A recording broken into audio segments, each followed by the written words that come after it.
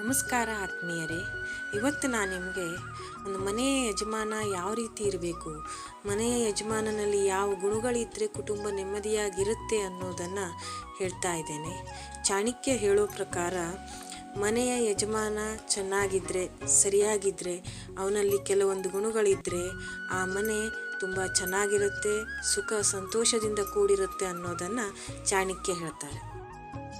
ಭಾರತದ ಶ್ರೇಷ್ಠ ವಿದ್ವಾಂಸರಲ್ಲಿ ಒಬ್ಬರಾದ ಚಾಣಕ್ಯ ಅವರು ಕೌಟುಂಬಿಕ ಮೌಲ್ಯಗಳ ಬಗ್ಗೆ ಸಾಕಷ್ಟು ಹೇಳಿದ್ದಾರೆ. ಅವರ ನೀತಿಗಳು, ಕುಟುಂಬಗಳು ಹೇಗಿರಬೇಕು, ಪ್ರಸ್ತುತ ಕಾಲದಲ್ಲಿ ನಾವು ಯಾವ ರೀತಿಯಾಗಿ ನಡ್ಕೊಳ್ಬೇಕು ಅನ್ನೋದನ್ನು ತುಂಬ ಚೆನ್ನಾಗಿ ವಿವರಿಸಿದ್ದಾರೆ. ಮನೆಯ ಮುಖ್ಯಸ್ಥನ ಮೇಲೆ ಕುಟುಂಬ ಅವಲಂಬಿತವಾಗಿರುತ್ತದೆ. ಮನೆಯ ಮಾಲೀಕರು ಬುದ್ಧಿವಂತರು ಮತ್ತು ಎಲ್ಲ ಸಂದರ್ಭಗಳಲ್ಲಿ ನಿಭಾಯಿಸಬಲ್ಲವಂಥವರು ಆಗಿರಬೇಕು. ಅದಕ್ಕಾಗಿಯೇ ಕುಟುಂಬದ ಮುಖ್ಯಸ್ಥರು ಕೆಲವು ಗುಣಗಳನ್ನು ಹೊಂದಿರಬೇಕು ಅಂತ ಚಾಣಕ್ಯ ಹೇಳ್ತಾರೆ. ಆಚಾರ್ಯ ಚಾಣಕ್ಯರ ಪ್ರಕಾರ ಮನೆ ಮಾಲೀಕರು ಹಣ ಉಳಿಸುವ ಗುಣ ಹೊಂದಿರಬೇಕು.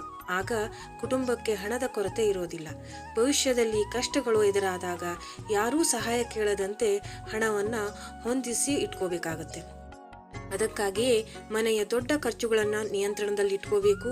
ನಿಮಗೆ ಯಾವುದೇ ರೀತಿ ಅಗತ್ಯವಿದ್ದರೂ ಅದಕ್ಕೆ ಎಷ್ಟು ಹಣ ಖರ್ಚಾಗುತ್ತೆ ಎಂದು ಮೊದಲೇ ಲೆಕ್ಕ ಹಾಕೋಬೇಕು. ಮನ ಬಂದಂತೆ ಹಣದ ದುಂದು ವೆಚ್ಚ ಮಾಡಬಾರದು ಎಂದು ಚಾಣಕ್ಯ ತಿಳಿಸ್ತಾರೆ.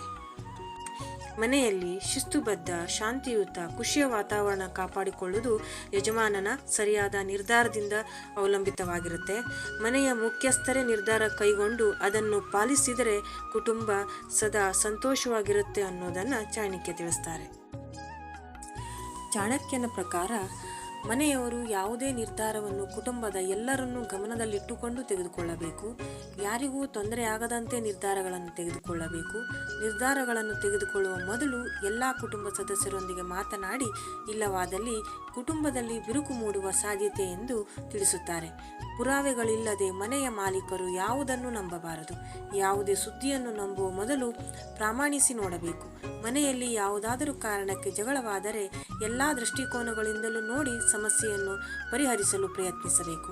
ಪರಸ್ಪರ ವಿರುದ್ಧವಾಗಿ ನಿಲುವು ತಳೆದು ಮಾತನಾಡಿದರೆ ಕುಟುಂಬ ಸದಸ್ಯರ ನಡುವೆ ಮನಸ್ತಾಪ ಹೆಚ್ಚಾಗುವ ಸಾಧ್ಯತೆ ಇದೆ. ಗದರಿಸುವುದು ನಿಮ್ಮ ಕೆಲಸವಲ್ಲ, ಅವರನ್ನು ತಿದ್ದುವ ಗುಣ ನಿಮ್ಮದಾಗಿರಬೇಕು ಎಂದು ಚಾಣಕ್ಯ ತಿಳಿಸ್ತಾರೆ. ಇಷ್ಟ ಆಗಿತ್ತು ಇವತ್ತು. ಒಂದು ವೇಳೆ ಈ ವಿಡಿಯೋ ನಿಮಗೆ ಇಷ್ಟವಾಗಿದ್ದರೆ ಲೈಕ್ ಮಾಡಿ, ಶೇರ್ ಮಾಡಿ, ಹಾಗೆ ಸಬ್ಸ್ಕ್ರೈಬ್ ಮಾಡೋದನ್ನು ಮರಿಬೇಡಿ.